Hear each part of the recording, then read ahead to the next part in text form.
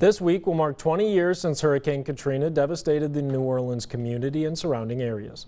The hurricane barreled through southeast Louisiana on August 29th in 2005, killing 1,833 people.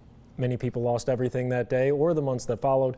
News Channel 11's Ethan Offit shares the story of one person who decided to relocate to Johnson City after the storm. At the time, just like all the other Louisiana residents, we had witnessed hurricanes before and didn't really think much of it. Jessica Moore grew up in the New Orleans area and wanted to stay after Hurricane Katrina swept through the region.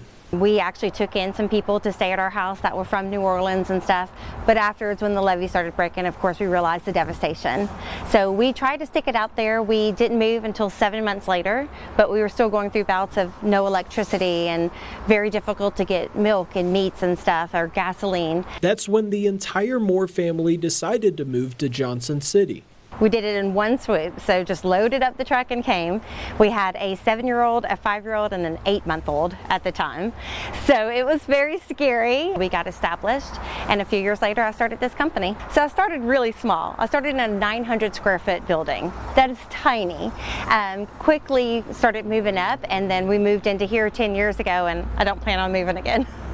When Hurricane Helene hit the region, she knew she had to step in and help. Seeing the devastation happen, I knew all too well what that was like and what those people were going through. Bringing water and supplies and, of course, clothing, whatever they needed, diapers, formula, anything that we got in store that I knew that there was a need for there, we usually had a contact that we could get that to them very easily. And so we made several trips back and forth there, my family personally as well as some of my employees. Now Moore says the Owl's Nest and Johnson City is something she would never leave.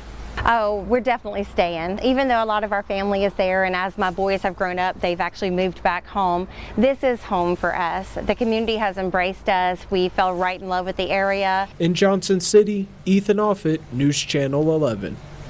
Ethan, thanks.